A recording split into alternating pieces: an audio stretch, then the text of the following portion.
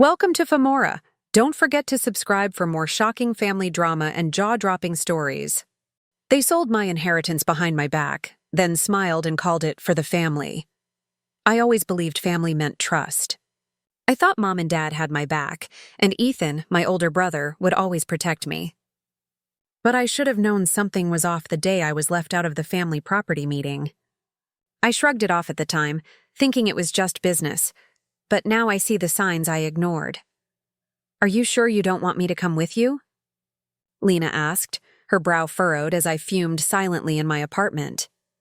"I'm fine," I snapped, though my hands were shaking. I need to handle this myself." The truth hit me like a hammer. My family had sold the property I inherited, the one Dad had promised me without telling me. They didn't even leave me a choice. I was blindsided, humiliated, and financially stranded. Ethan walked in the room later, smirking, waving a folder like a trophy. "Look what I did," he said. "We did. You should really thank us." I wanted to scream. I wanted to hit him, but all I could do was feel the weight of their betrayal crushing me. Lena put a hand on my shoulder, grounding me. "We'll fix this," she whispered. I didn't know how, but I promised myself I wouldn't let them win. I stormed into the living room, clutching the sale documents like a weapon. "How could you? Mom, Dad, Ethan! You sold my property." Mom looked at me with that calm, practiced smile. "Sweetheart, it's complicated. You weren't ready to manage it? Not ready?" I laughed bitterly. "You mean you weren't ready to tell me the truth?" Dad shrugged. "We did what was best for the family." Their words cut deeper than any knife. My own blood, my own parents, twisting reality to make me feel guilty for their mistakes. I felt the walls close in. My heart ached and my hands trembled. "I can't believe this." "I trusted you," I shouted. Ethan laughed, leaning back like he owned the world. "Trust doesn't pay bills, little sister. Money does." I couldn't stay there. I grabbed my coat and fled to Lena's apartment, letting the tears fall freely for the first time. She handed me tea, and we sat in silence, the room thick with anger and disbelief. "They think they can ruin you," Lena said finally. "But they underestimated you." I wanted to believe her. I had to, because if I let despair win, they would have succeeded completely. Watching Ethan flaunt the property, I felt a spark ignite inside me, a spark that whispered, "This isn't over." Not even close. Days later, buried in bills and legal documents, I stumbled upon a loophole in the property transfer. My heart raced. Could this actually be my chance to reclaim control? The thought of revenge tempted me, but I had to be smart. Lena's voice echoed in my head. "Focus. Plan. Don't act recklessly." I met with Ms. Harper, a retired lawyer my grandmother had trusted. "There's a way," she said, studying the papers carefully. "But you have to act quickly.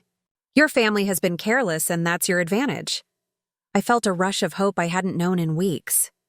I started gathering evidence of their fraud. Emails, contracts, small slips they didn't realize I could track. Each piece of evidence became a weapon.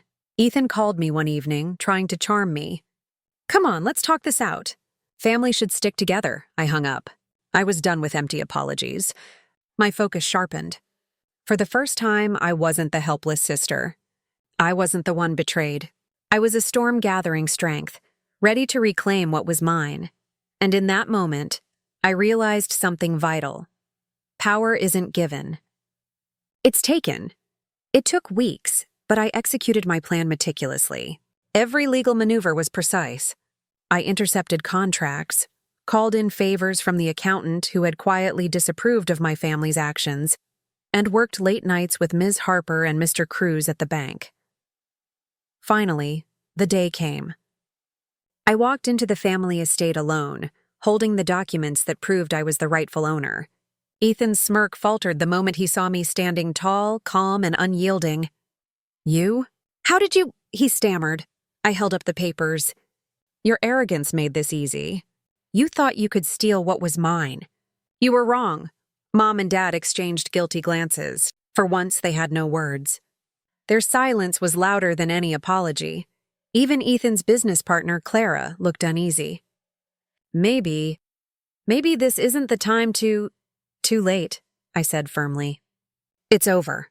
The property, the money, all mine. For the first time in weeks, I felt a lightness in my chest. Not vengeance alone. This was justice, earned with my own hands. The once unshakable power of my family was crumbling, and I was the cause.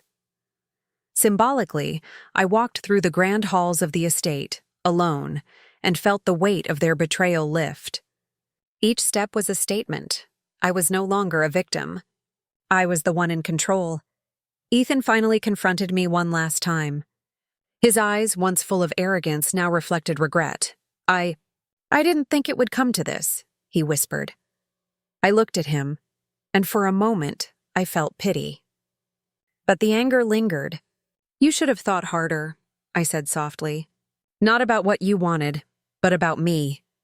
Mom and Dad remained silent. No excuses, no words of comfort. Just the bitter reality of their choices laid bare. I didn't need them to understand. I didn't need their approval. I had reclaimed not just the property, but my dignity, my sense of self, and my future. Sitting in my office, overlooking the estate, I reflected on the journey. Betrayal had almost destroyed me, but it also awakened something I never knew existed. Resilience, cunning, and the courage to stand alone if I had to. The storm was over. I had survived and I had triumphed. And for the first time in my life, I was free. If you were in my shoes, betrayed by the people you trusted most, would you forgive them or fight back and take control of your life? Comment below. I'd love to hear your thoughts. Thank you for watching. If you enjoyed this video, make sure to hit the like button and subscribe for more family drama stories. See you in the next video.